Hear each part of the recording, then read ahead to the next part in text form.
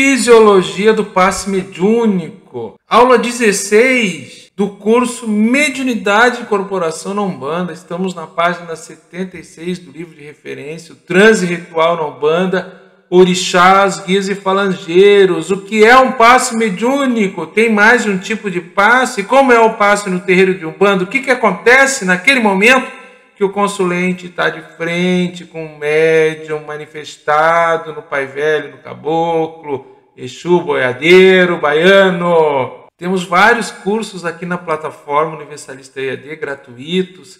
Acompanhe um comentário fixado deste vídeo, o link que vai ser redirecionado para a playlist do curso Mediunidade e Incorporação na Umbanda. Você já sai maratonando, tudo gratuito aqui na plataforma. O que você tem que fazer para ficar atualizado com as nossas publicações? Basta se inscrever e ativar as notificações no canal, nada mais.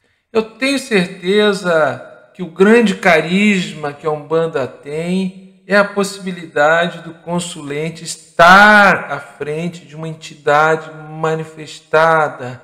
Aquele momento do aconselhamento, da consulta, ele é sagrado, ele é sublime. É o ápice do mediunismo da Umbanda. É este consolo, é este aconselhamento, este acolhimento que a Umbanda tem, que a faz ser tão procurada por tantas pessoas aflitas. Os mais antigos sempre diziam que o consulente jamais deve sair de um ritual religioso de Umbanda sem antes receber um passe, a transfusão de energias, o chamado passe mediúnico. Diferencia-se dos demais passes, sem estabelecermos nenhum senso de superioridade de um sobre o outro, mas o fato é que os passes na Umbanda, eles estão sustentados pela mecânica de incorporação. E isto exige uma alta doação de ectoplasma, de fluido do médium e todo um preparo e fundamento para essa conexão entre guia espiritual e médium. Toda casa de Umbanda tem passe. Está dentro do contexto espírita de fluidoterapia, como é também conhecido. Na verdade, é uma transfusão de uma certa quantidade de energias fluídicas vitais que o médium cede, extraídas da própria composição biológica do médium, por isso esse fluido se forma no interior do citoplasma, nas células, e eles exudam, são exalados, colocados para fora através dos chakras, pelo corpo etérico. Então, um médium iniciado de fato na lei de Umbanda, ele repassa esse axé pessoal dele, pois ele é um templo vivo, consagrado na lei divina, e se associa diretamente ao plano astral e se permite que o seu fluido seja manejado pelos guias espirituais em prol daquele consulente, daquele que vem procurar, às vezes, uma cura, aconselhamento, abrigo, consolo, uma palavra amiga e o grande carisma da Umbanda, o abraço consolador dos pretos velhos. Qual é o propósito do passe? É que os fluidos que o guia espiritual manipula no astral, elementos que ele movimenta, extrai da natureza, das folhas, porque no plano astral não existe a distância, as dificuldades que nós temos, não existem barreiras. Esses fluidos que o guia traz, que se associam ao ectoplasma do médium, são direcionados para o corpo astral, o perispírito do atendido, da pessoa beneficiada. Numa linguagem mais técnica, se direcionam esses fluidos para o corpo bioeletromagnético da pessoa beneficiada, perpassando plexos nervosos, chakras, os nadis e os meridianos, repercutindo em todas as camadas do duplo etéreo e até em camadas mais profundas do perispírito do assistido. É uma prática muito conhecida ao longo de diversas tradições. O yoga já falava isso há 5, 6 mil anos atrás. Se você não sabe o que é plexos nervosos, chakras, nadis e meridianos, você não entende a fisiologia oculta energética do ser humano. Estude, isso é importante para nós entendermos como esses fluidos se movimentam e como nós captamos prana e axé e como ele é redistribuído nos nossos corpos espirituais. Nos terreiros umbandistas, desde os primórdios do surgimento do culto, em que iniciou-se como recurso fundamental para a harmonização da alma e do corpo de todos os participantes, o passe é uma permuta de energias no tratamento de perturbações espirituais, psíquicas, nervosas, psicológicas que sofrem as pessoas e buscam reequilíbrio nos terreiros e até nos casos complexos de obsessões, magias negativas, demandas e curas perispirituais. Já dizia da sua finalidade nos idos da Umbanda o caboclo das 7 encruzilhadas. Mas o que é um passe magnético? O que é um passe mediúnico? O que é um passe espiritual? Vou classificar 3 tipos de passe para nós entendermos o que é o passe mediúnico, o que acontece nos terreiros. No passe magnético, existe uma concentração e doação de fluidos do próprio médium, fluido vital magnético do próprio médium, que é redirecionado para a pessoa. Mas o médium sensitivo não está mediunizado, ele não tem a ação de um espírito, de um guia espiritual, naquele momento que ele está fazendo o passe. Esse é o chamado passe magnético. O passe mediúnico acontece quando há a junção, a conexão do médium com o guia espiritual e nessa fusão, nessa união de fluidos, se direciona para o consulente que está sendo atendido. Então, há necessidade de uma ação espiritual, de uma entidade guia no astral junto ao seu médium. E nós temos o passe espiritual. O que é o passe espiritual? Diretamente ministrado pelos espíritos, sem o concurso do médium.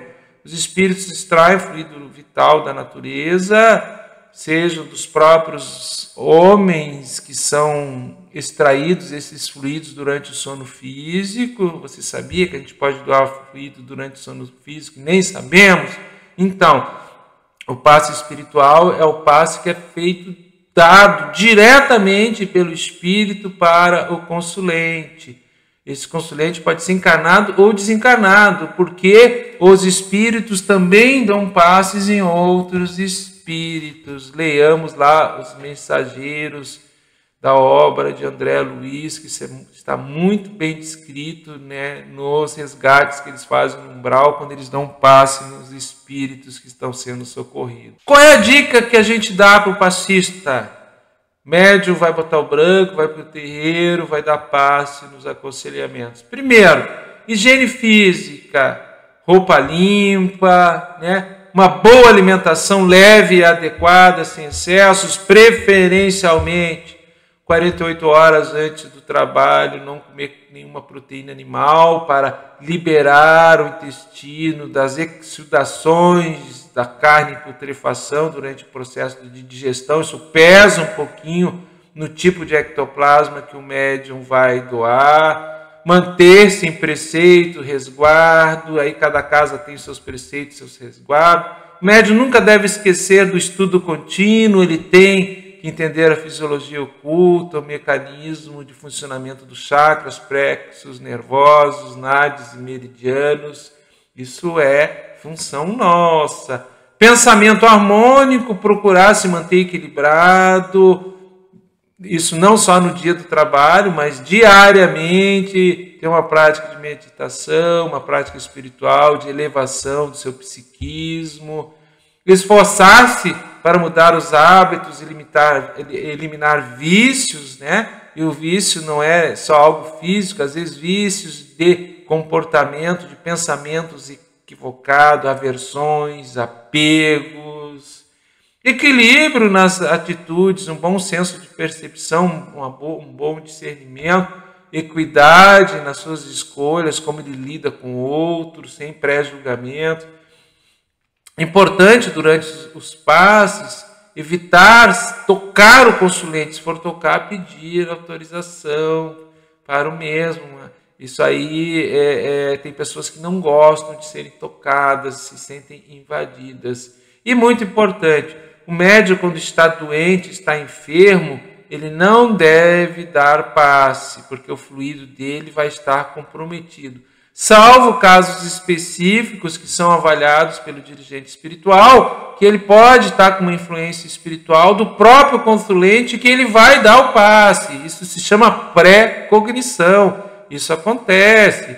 Às vezes um dia antes, até 48 horas antes, o médium está sentindo o que o consulente está sentindo, está se exaurindo nele mesmo alguns fluidos, algumas sensações do consulente. O plano espiritual está utilizando-se disso, utilizando-se do médium como um bata-borrão. Isso gera uma certa ressonância, um certo desequilíbrio, isso incomoda um pouco. Se o dirigente tem a acuidade psíquica e um bom amparo espiritual, ele vai saber discernir isso. E o próprio médium maduro no tempo, né? Um médium bem treinado, bem centrado, ele vai saber, não, isso não é meu, deve ser de algum consulente. E de maneira geral, se confirma isso durante os atendimentos. Dicas para os médiuns: as carências, as fragilidades, a dificuldade às vezes nossa de dizer não, nossas inseguranças, medos, melindres, tudo isso é usado pelo plano astral inferior. Eles nos estudam, eles nos conhecem de forma até às vezes que a gente nem se dá conta e procuram minar a nossa mente, procuram nos influenciar, causando atrasos de mais variada ordem para que a gente não consiga chegar no terreiro. Isso acontece, são chamados imprevistos.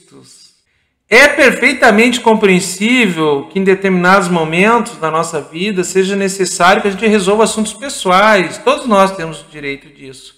Mas devemos perceber, estar atentos aos sinais, quando e onde, como essas resoluções se dão, às vezes na forma de imprevistos que ocorrem próximo ao horário de trabalho do médium se deslocar para o terreiro de Umbanda, e com qual frequência isso acontece. Temos que estar atentos e vigilantes. Quando o médium cede aos chamados imprevistos, acaba com o tempo, se isso se tornar regular, enfraquecendo a sua mediunidade. Mas aquele que é persistente, que se esforça, acaba por vencer os momentos de infortúnios e é finalmente deixado um pouco em paz por esses imprevistos que são o movimento do astral inferior, porque não se deixa bater. Aí as dificuldades deixam de acontecer para chegar ao teu trabalho e terão daí por diante um novo foco.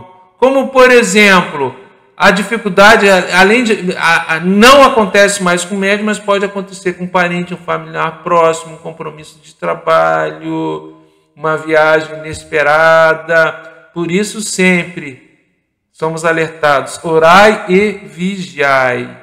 E muito, muito importante, eu sempre indico isso a todos, eu sempre tive essa atitude para comigo: chegar mais cedo no terreiro.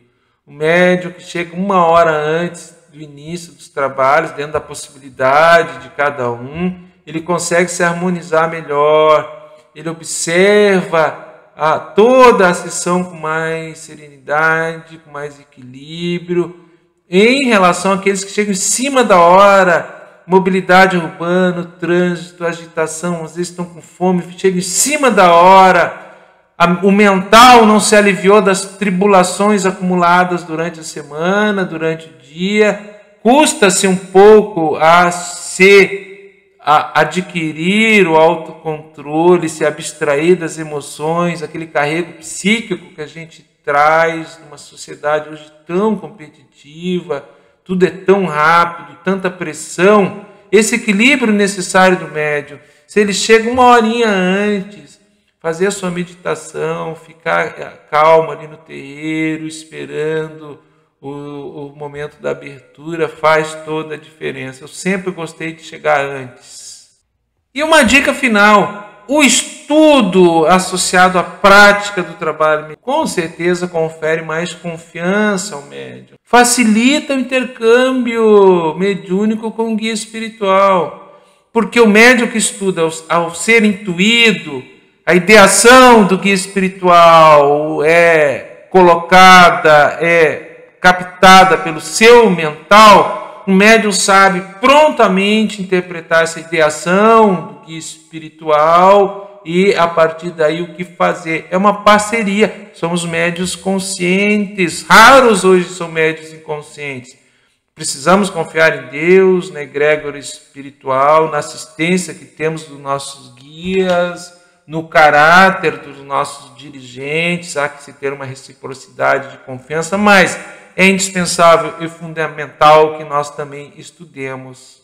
Falei sobre a fisiologia do passe mediúnico, classifiquei 3 tipos de passes, dei dica para os médiuns passistas, e é muito importante que nesse momento de transfusão fluídica, na hora do passe, o médium tenha autocontrole, equilíbrio, paz, serenidade. Isso se constrói com pequenas atitudes no dia a dia.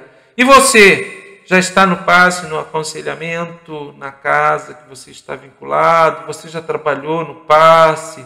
Quais as suas dúvidas? Você tem alguma experiência que você queira relatar, dividir conosco nos nossos estudos?